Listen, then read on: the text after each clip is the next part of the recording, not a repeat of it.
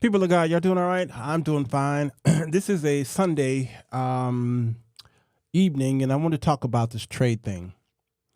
It's called How Ronald Reagan Rebuked Donald Trump's Tariffs and this whole trade war.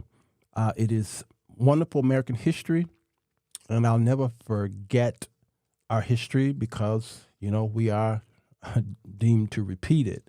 Some things we tend to repeat, not realizing that it happened, and that's why I said yesterday that one of the worst things that is in the mindset of people is their ability to forget.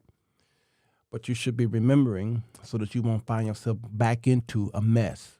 Well, America is back into a mess, and the prophet President Ronald Reagan prophesied, about 40-some years ago, about what's going on today, and I want to listen to him, but we'll wait till the end of the show to play what he said about this tariff stuff. Meanwhile, hang with me. See you in 60. You good. Don't stop. Bass. It's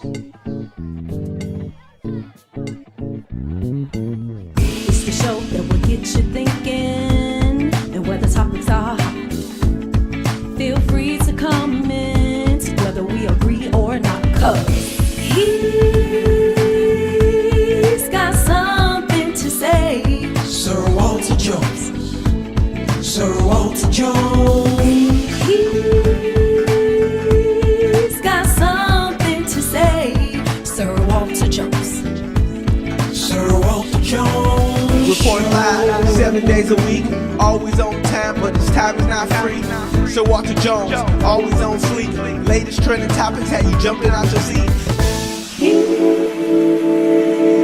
He's got something to say. Come on in. The water's fine.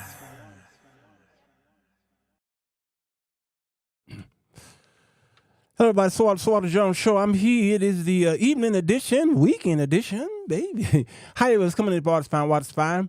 I am battling a cold right now, and so I may be draining out of my nose and what have you. It might be a cough or sneeze here and there, so bear with me. I'll try not to go as long as I typically would. I can anyway because it's movie night, and so I have an hour. But this should be straightforward, but you know how I do. I tend to go over here when it comes to history because I love it so much, but I'm seeing us repeating it. And I like what Natalie says here, history is being erased, and you better save what you can and teach your children the truth before it's gone. And it's so important to sit with your children. The Jews, believe it or not, in scriptures, they did get it right. They were supposed to teach it to their children when they were at home, all right? Not wait till they got into the streets, not wait till they got to some public school, which there was no public school, all right? And not wait until you got in trouble, you in front of the courts or the judges, what have you. No, it's to teach it to them when they're at home, when they rise, when they go to bed at night. Put it here, all right? I put it over your doorpost. And then you could put it when you go out, teach it to them when they're out in the streets, okay? That's very important. So I wanted to give y'all some history of these tariffs for those of you who don't know what it is and the importance of knowing what happened because we tried this thing before. Since Donald Trump became the president, the word tariff have been the top 5 word that has been Googled of all words in all sectors and in all subject matters. The word tariff, people are asking, and the people who voted for him, many of the MAGA people, thousands of them were Googling what is a tariff. Not before they voted for him, after they voted for him. Mm-hmm. You understand? Zelle said, please, I can't stand him. After, y'all, after. So let's go back let's go way back, 1839. So China was still a sleepy town, y'all. China, believe it or not. Great China, red China, all right, was a sleepy town. And Great Britain was the superpower of that time before we even came on the scene. And we were there, but we were not a superpower. The Chinese only accepted silver as a form of currency, silver. So the only thing that the British could trade in large amounts in China was opium. They couldn't really trade silver because that was an issue. But they sure had a whole lot of opium. But it was illegal in China. But it was also very popular in China. So they began to smuggle opium into China by way of sea. And so the Chinese authorities began to burn the drug houses down, and Britain got upset, and then they waged war against China in the name of what? Free trade. So China lost the war. They just wasn't the superpower that they are today. They lost the war and were ordered to open up more trade ports for who? For Britain, so that they could bring in more opium. And the mantra was free trade is God's policy. Free trade is God's policy. France joined them. So France and the Brits dominated the drug trade in China. And funny thing about that, y'all, maybe you don't know. You about to find out. Just like in America, how some of the PWIs, predominantly white institutions like Harvard and Yale and these other ones, who are absolutely wealthy institutions, but they became wealthy on the backs of, can y'all tell me who? Anybody know how they became wealthy? Well, one drug dealer during this time got rich, and he started a bank in the 1800s. And that bank is still in existence today, and it is the 7th largest bank in the world. I'm going to show y'all the bank. Some of y'all may have seen this bank when you're watching maybe CNBC or Fox Business or Yahoo Finance. Anybody recognize this bank? Anybody recognize that bank? Anybody recognize it? Yeah, that bank right there got started because due to the Opium War that they won. You got it right. Slaves on the back of slaves. My earlier question to you all. So we've got to now figure out, what is Donald Trump's plan? Is he purposely trying to crash the market? Well, many people feel that he actually is trying to crash the market. And he's doing something that America did many years ago, and it failed. And it failed. What are you saying here? One is being aired on the regular Facebook page, and the other one is on the business. Okay, for people who are not. Okay. I thought I was having a problem there. I was watching Ferris Bueller Day Off. Anybody remember that movie?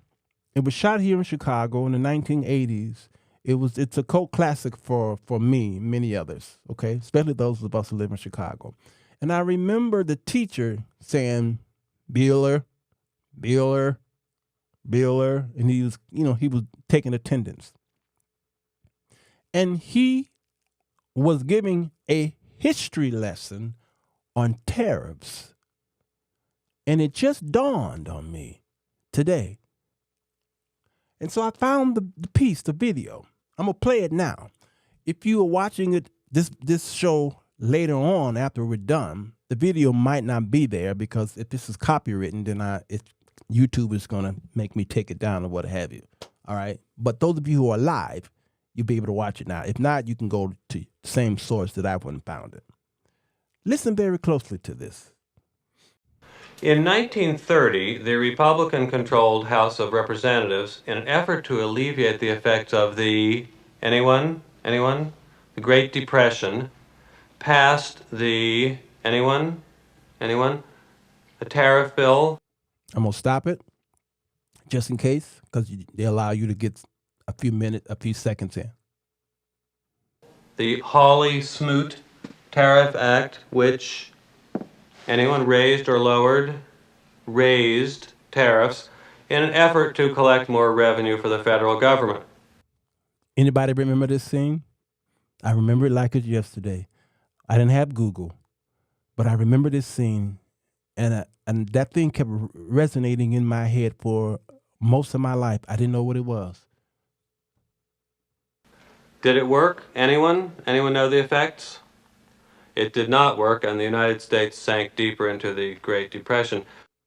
It did not work, and the United States sunk into deep depression. And what I like about him is he updated this famous scene here years later. Class, today's lesson is about tariffs. Now, tariffs may sound boring, but they're not boring. They're scary. Tariffs raise prices on things Americans buy every day, and we buy a lot of things. Do they work? No, they don't work. Then why are we doing it? Anyone know? Anyone? Anyone? Anyone? I'm not sure, but my best friend's sister's boyfriend's brother's girlfriend heard from an economist who said that tariffs will raise prices on everything from clothes to cars. I guess it's pretty serious. Thank you, Simone. That's right. No problem whatsoever. Tariffs raise taxes on hardworking Americans. It's not complicated. Trade wars don't work. They never work. It's not just sometimes, they never work. Tariffs are BAD economics. Bad economics. Bad. Tariffs are bad. Bad economics. They are bad. All right? And so I went to Google and looked at the Senate passes the Smoot-Hawley tariff. How did this happen? After Herbert Hoover became president in 1929, he called Congress into special session to deal with a troubled farm economy that had fallen into depression during the otherwise prosperous 1920s. Hoover proposed a limited revision of the tariff on agricultural imports to raise rates and boost sagging farm prices.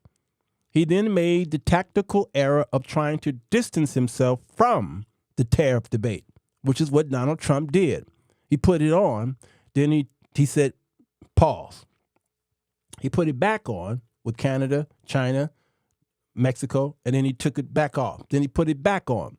Republican protectionists, pay attention to that word, who control the House Ways and Means Committee chaired by Representative Willis Hawley is his name, put the farm issue aside and took the opportunity to raise industrial tariffs to new highs.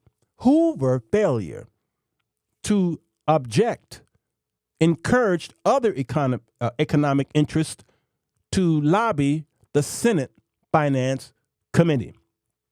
It was chaired by Senator Reed Smoot. For further tariff hikes, so in protest, low tariff Democrats and progressive Republicans slowed the tariff debate over a tedious 15-month process of congressional bargaining. And 1,000 economists signed a petition drafted by the Chicago Economist and future Senator Paul Douglas that implored the president to veto this thing. Poor Hoover wanted to take our advice, he said, but he could not bring himself to break with his own party's congressional leadership. Ignoring the experts like Trump did with Putin, ignore the experts, Hoover signed the tariff on June 17, 1930, and that was a disaster, and we slipped deeper and deeper into the Depression.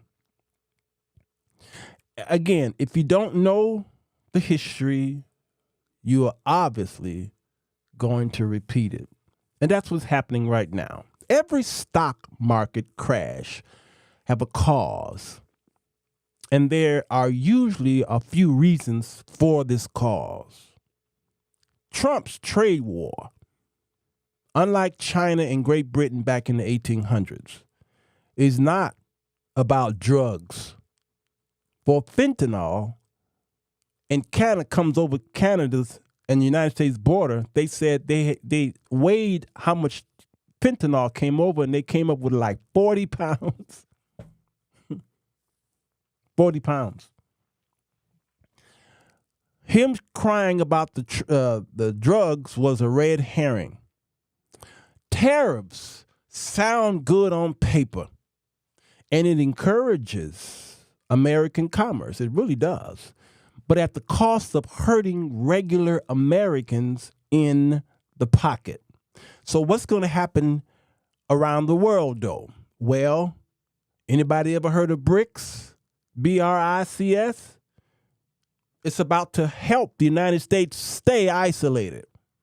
And they are receiving help from Russia, from China, Brazil, India, South America, or South Africa, that is, and all of which who formed BRICS.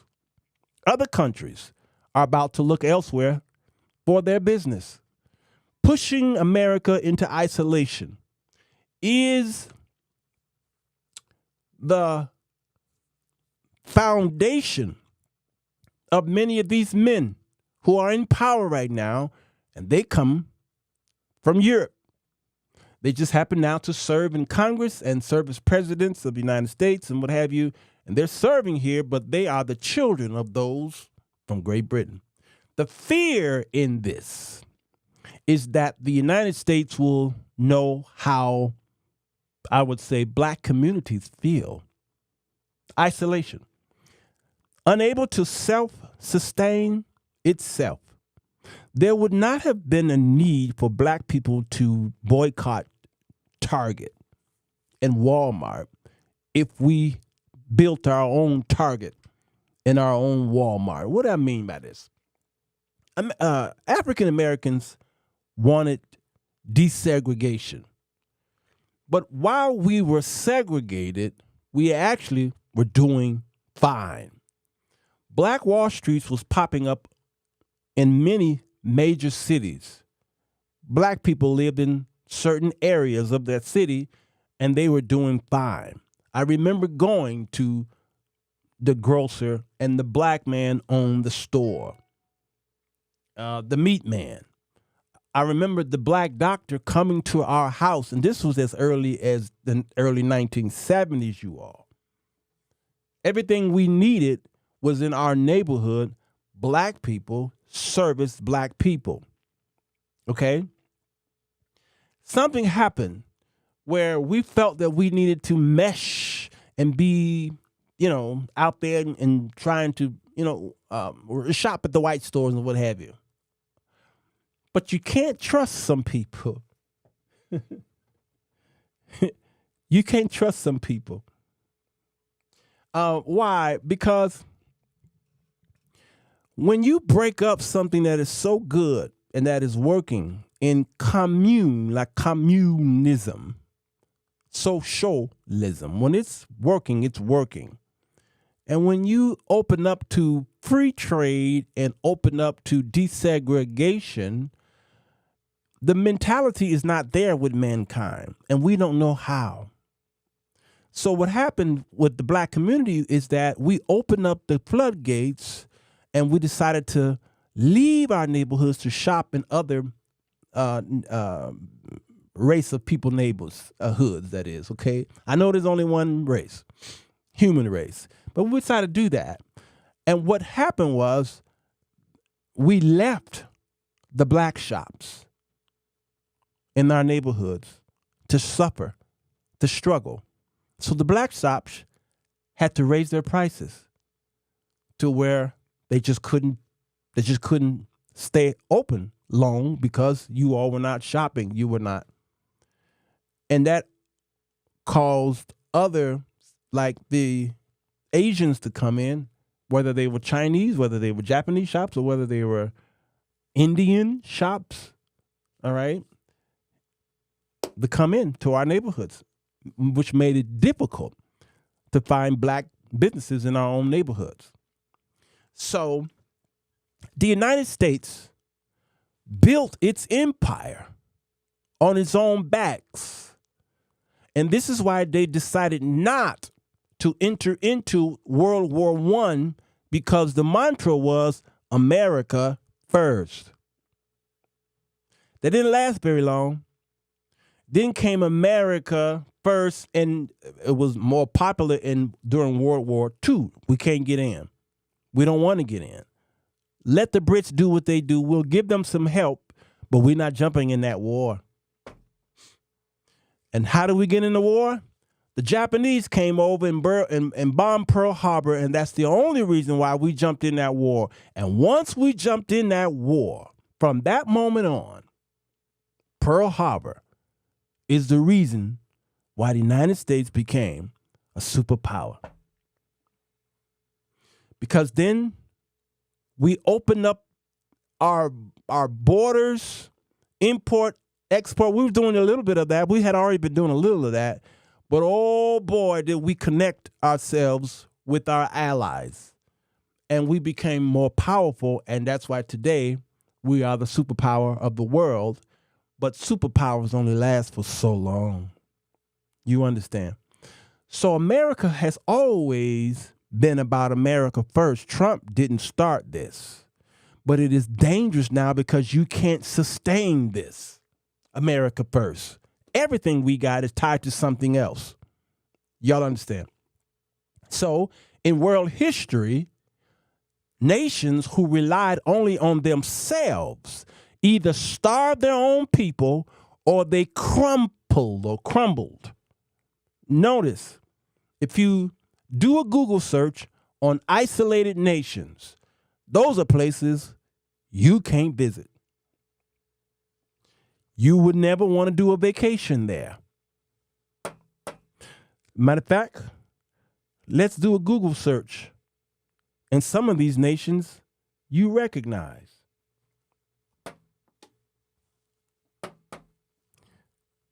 North Korea is number one. Visitors to the Hermit Kingdom, they call it, are forbidden to bring publications of any kind. And look at that.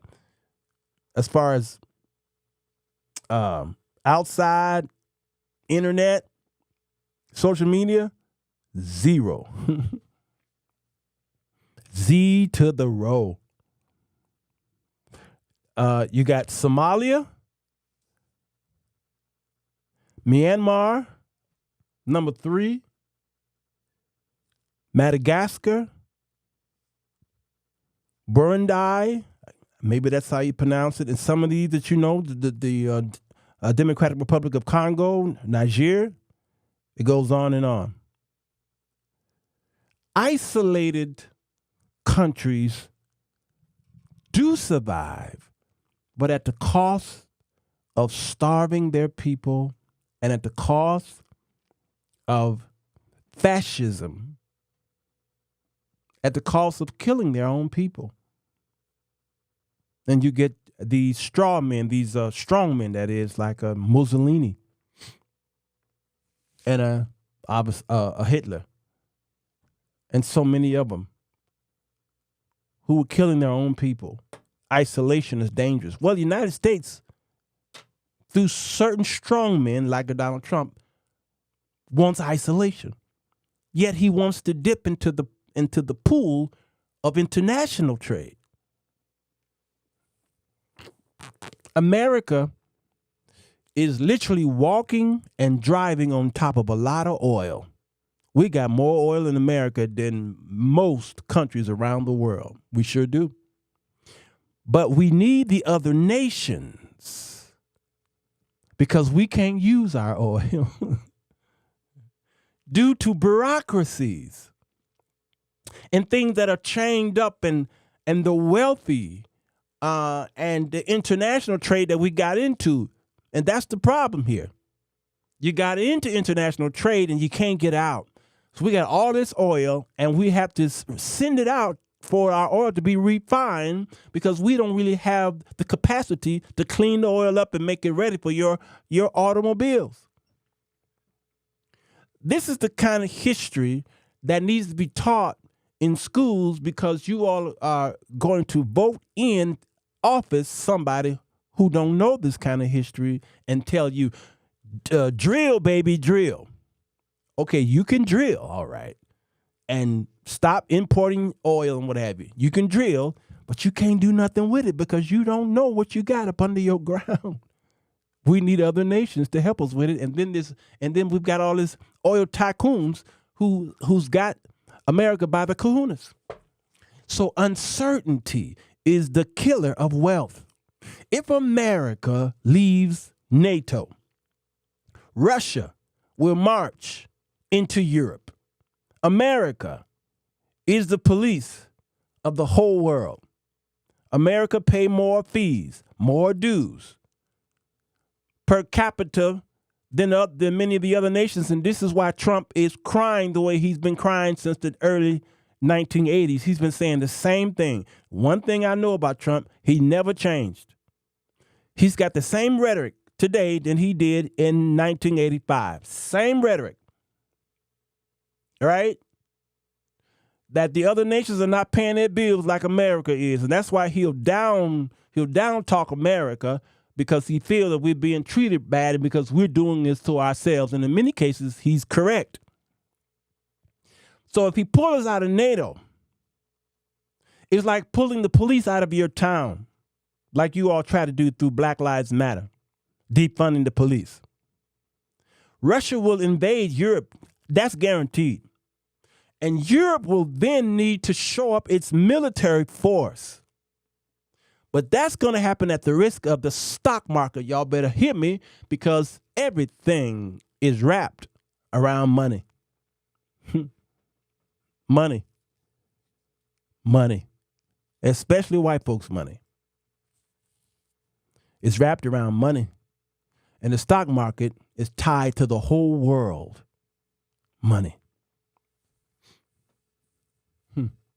So Trump got a secret plan. And I'll tell you what that plan is. Trump has always hated high interest rates. Why? Because he's a businessman. He's had all those hotels and casinos that they failed. But anyway, he's always hated high interest rates. But he can't do nothing about it because the Federal Reserve Bank is not federal. It is not a reserve where you can put money in it. And it's not a bank into where you can take money out of it. No. The Fed is an independent organization, and he can't tell them what to do. So high interest rates causes businesses to borrow less money. And then the stock market struggles. And then the people stop spending money because they can't afford the interest, which makes America look weak all over the world. So right now, we have $36 trillion debt right now. If you go to the America's debt clock, our debt is 36 trillion. And let me tell you, that trillion is with interest. I'm gonna have to find a way to crunch the numbers. That's with interest, y'all. And if Trump crashes the market, the Fed will have to lower the interest rates. This way he can save big time on the interest payment that is due in the next 6 months. In the next 6 months, we have to pay the Feds $7 trillion with interest. And right now, the interest rate is too high. So his plan, whether it's brilliant or whether it's the dumbest plan, because putting out one fire causes a spark in another fire. His job is to lower the interest rate and pay off the debt at the best rate that he can pay it off. You understand? So then we have to look at our personal finances. Let's say you got a loan for $36,500. And depending on your credit report, You bought a car for that much, and it's at a 10% interest rate every year. You got $3,650 payment. That's per year. All right? But if you took that $36,500 and you got that interest rate lowered to 3%, that is $1,195 per year. So you got a total savings of $2,555 or something every year. All right? America works the same way. We have a debt. And when Trump was running, Elon Musk got on the mic and he says, I'm going to cut, how much did he say? $2 trillion off the debt or something like that. Remember when he said that? How was he doing it? Firing as many people who works for the government. Fire. He's sweeping through there and firing people who are important to not just the maintenance of America, but for the protection of America. He's firing them, and then they have to rehire them because they don't even know what they're doing, so that he can cut it. And then lying on the financial papers, because that's what businessmen do. Trump lied about that Trump Tower, about how high it was. Y'all remember that?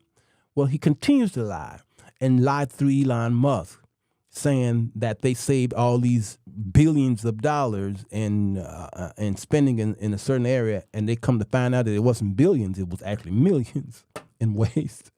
and got the MAGA folks all excited until somebody crunched the numbers. It's really sad, y'all. This is not about drugs. This was a red herring. It's about history. American imperialism and American power. That's what this is about. I don't care what Donald Trump says. I keep telling y'all, Maya Angelou got it right. It's not what a man says. When a man does what he does, believe him. It's what he does. All right? American imperialism. It's about power, which is why he wants Canada to be the 51st state. Why does he keep bringing it up? Because it's not about drugs. No.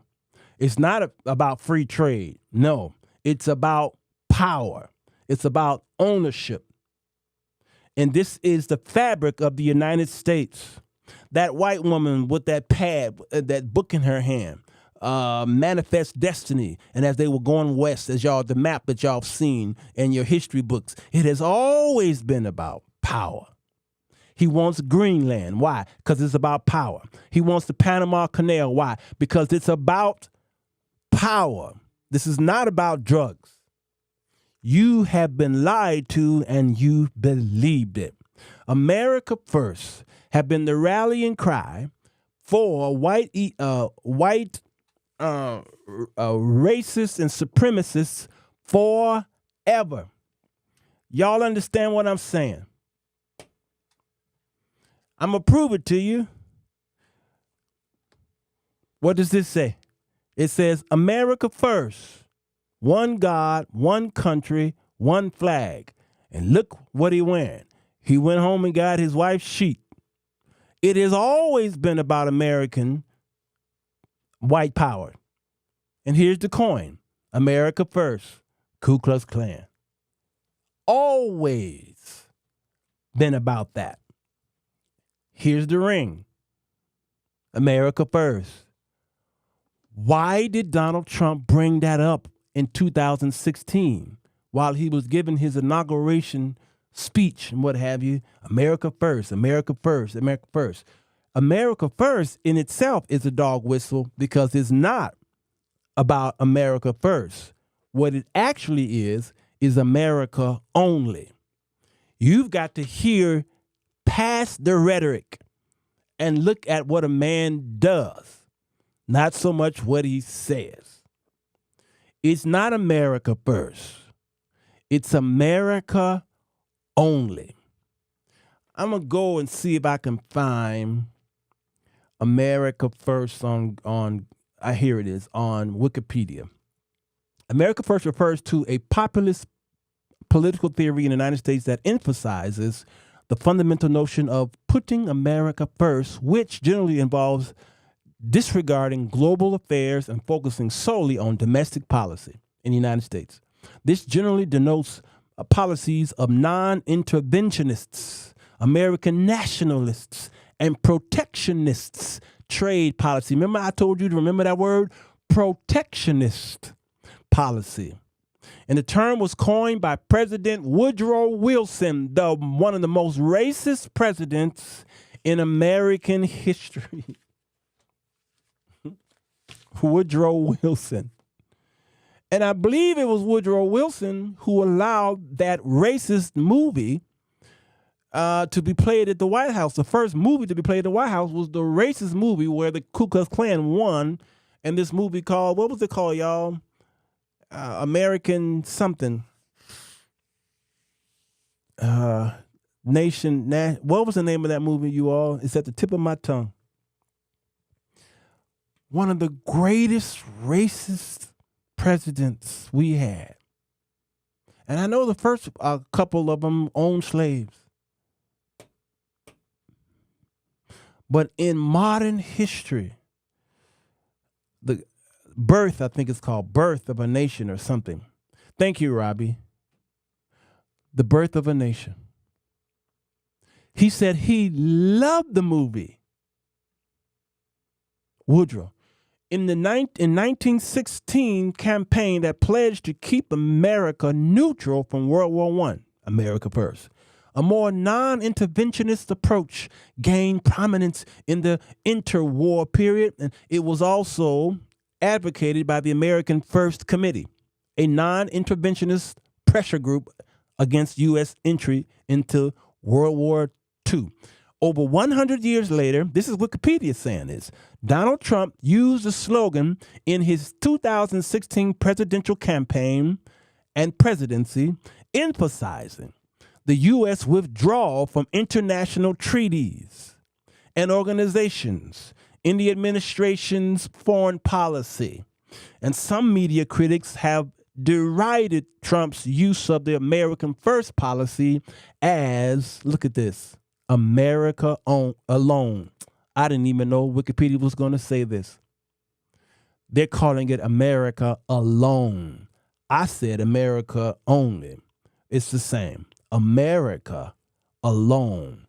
And this is what the children of Israel were doing as well. In the Old Testament, it was about them. It wasn't about them first. It was about them only.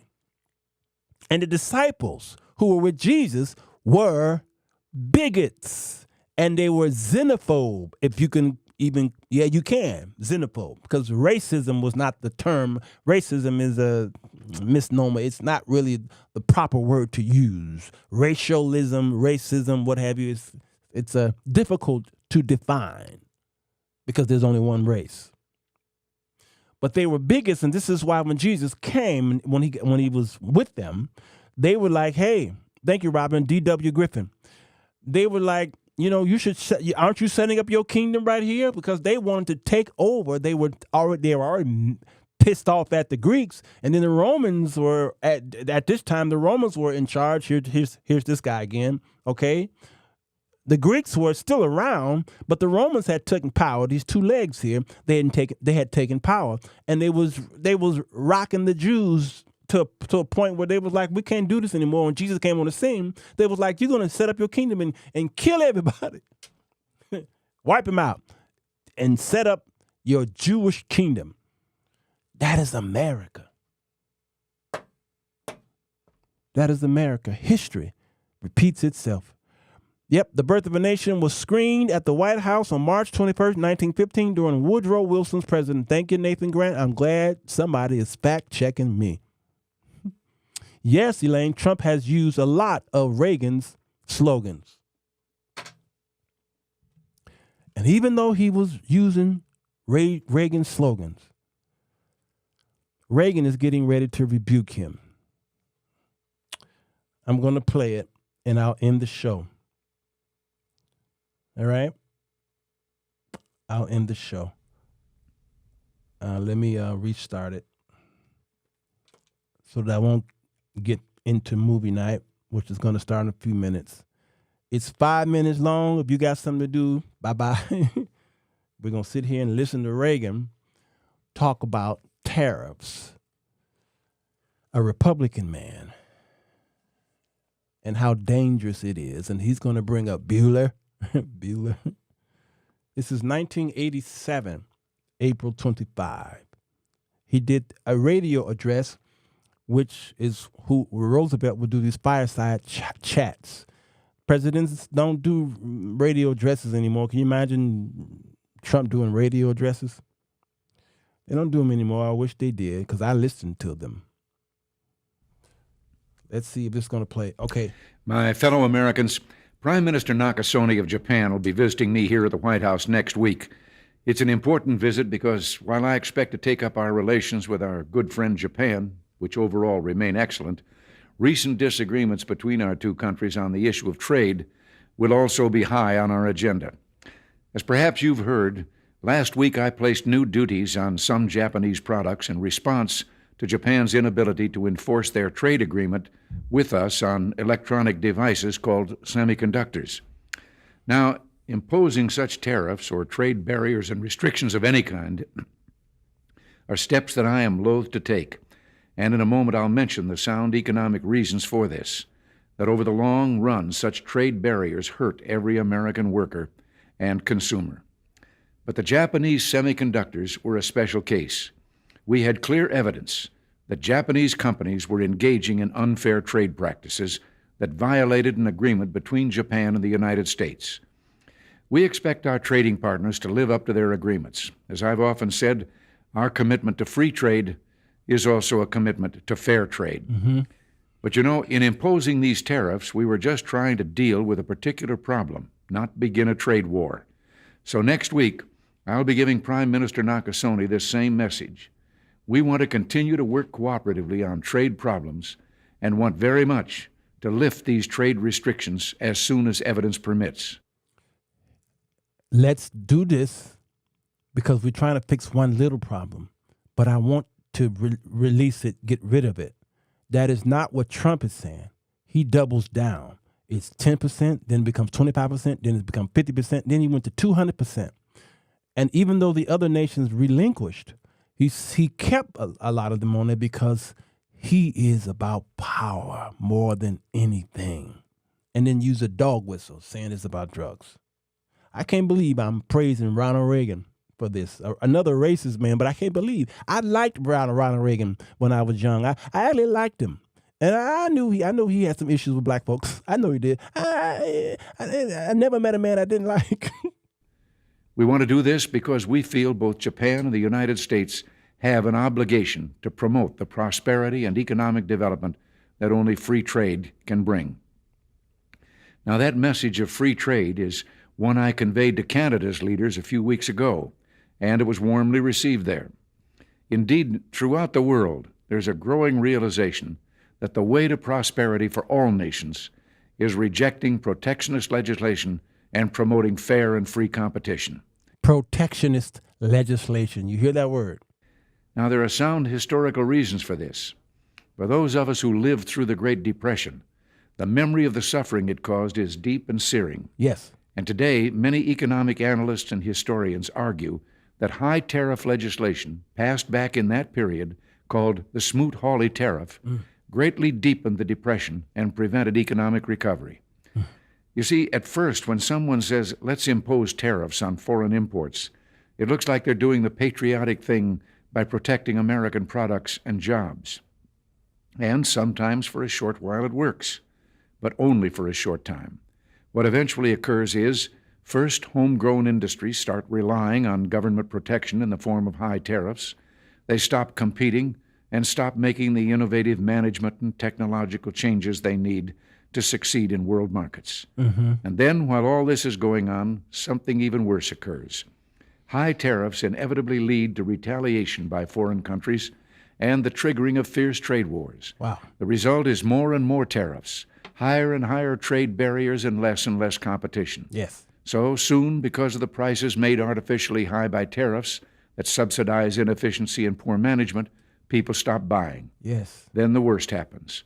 Markets shrink and collapse, businesses and industries shut down, and millions of people lose their jobs. The memory of all this occurring back in the 30s made me determined when I came to Washington to spare the American people the protectionist legislation that destroys prosperity.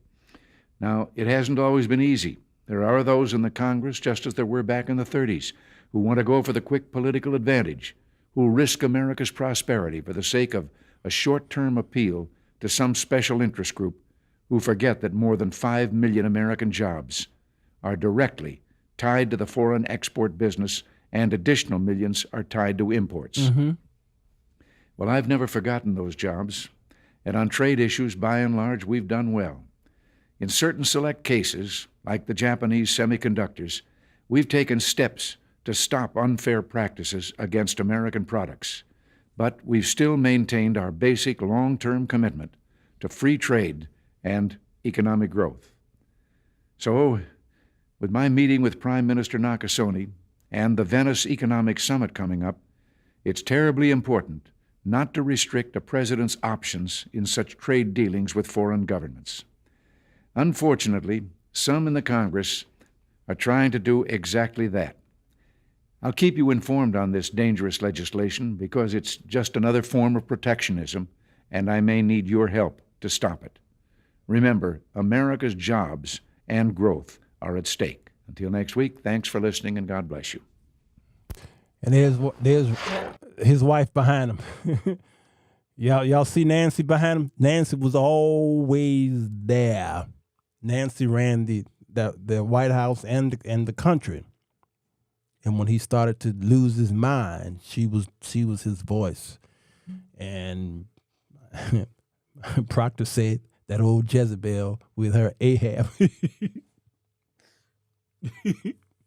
I can't really deny that comment. I can't deny it. I'm just not going to respond to it. I'm afraid I might agree with it, so I'm not going to say nothing. But let me tell you, Connie says, I agree with Reagan, though who held racist views with his Reaganomics agenda still had a presidential mentality, thank you, in regards to the position as a leader of the country, but he was far wise. Connie, that was the most beautiful way of explaining Ronald Reagan. That needs to be printed and put on the walls of all Americans' homes. That was brilliant. It was perfect, Connie. It was absolutely perfect. All right? I told you I was going to quit after the real president speaks. The problem with these trade wars and trying to get America first, which is America only, is that we can't self-sustain ourselves. We have already stretched ourselves out there with exporting and importing, and it's the problem now. You just can't do it. So we rely on all of these other nations in whom we're literally hurting. Even some of the nations that we hate and who are our enemies, we still import from them, and they import from us, like Russia, like China. Okay, it is something. And the problem with these tariffs and trade wars is this: Donald Trump will have his way temporarily. It can't last forever. It just can't. It would appear to fix some things with steel and aluminum. The companies in America are hurting because other builders are getting their steel from Canada or somewhere. And it's hurting the companies in America. So the American companies like this tariff because now the builders have to go to America for its steel and aluminum. It seems to make sense. But that also brings about a price hike problem. So I get that you want to bring in American industry back into America and tell all of these bigwigs to stop shipping their plants overseas to bring it here. I get it. But you can't strong arm nobody because it's still called free trade. And to tell and force somebody to not go overseas to build their parts tells me that you're a little baby. And it's really about you. It's not about capitalism. It's really about you. And the problem that I do see here in this temporary fix is you may be able to convince these industries to bring home or to create more jobs here in America. But the problem is, in some car industries, when you build an electric car, you can't build the parts, the integral parts that make up that electric car, that cause you to turn the car on, are integral electric parts and wires that only come from another foreign nation, and we don't have plants here. So now you got to create an industry. Then you got to train up these people, and who's going to take that? Because America, the government is not supposed to set up businesses, okay? So how are you going to do it? You can do it, but unfortunately, it would take a half generation for you to do it, for you to see that it's going to help the economy. Meanwhile, many people would have starved by that time.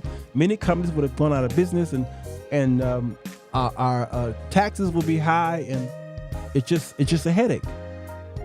So because we decided to be a superpower, we've got to bite the bullet. No pun intended. So this classes and shows like this is important, because I just don't know if your pastor's talking about this kind of stuff. And I am a Bible teacher. I love the scriptures. But all the stuff we talk about in history is in the Bible. Whether it's politics or finances, or whether it's about relationship, that which is spiritual, obviously in there, and all these things we see on the history of the Old Testament is what we're dealing with right now today. So your pastor should study more than just a King James book.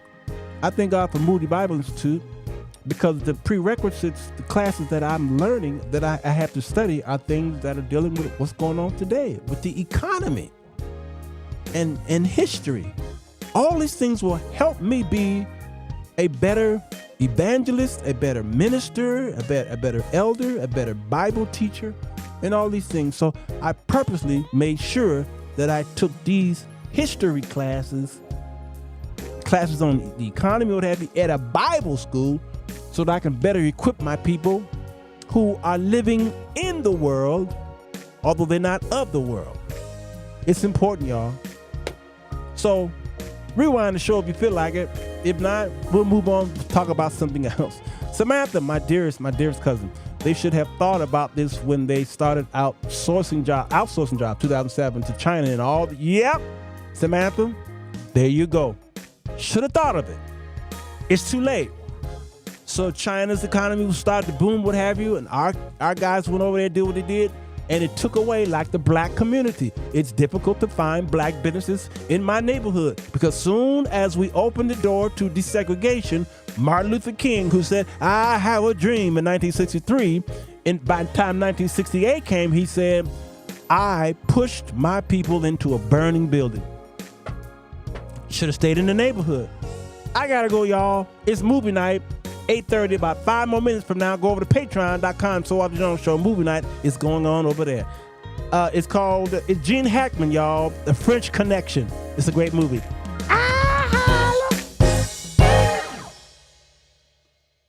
It's too much in the scriptures that tells us that there are many false prophets out there.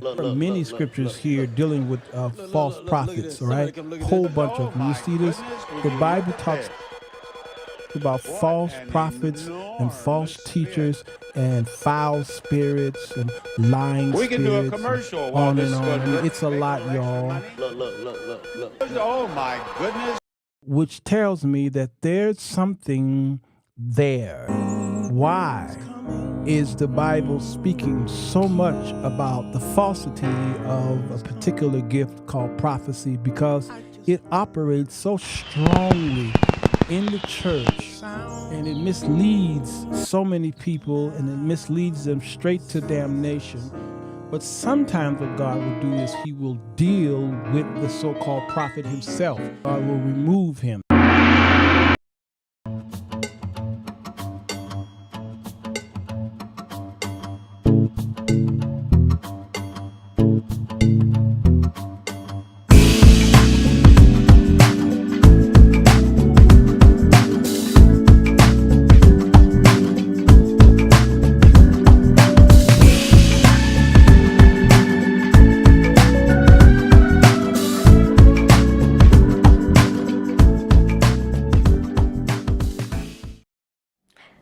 Fellas, does it seem like you can't get a good woman?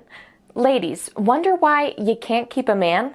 Then read The 4 Women That Men Desire, Volume 1, by Sirwalterj to figure out how to break the cycle. Go to Amazon.com to get your copy today. It's 10 p.m. Do you know where your children are?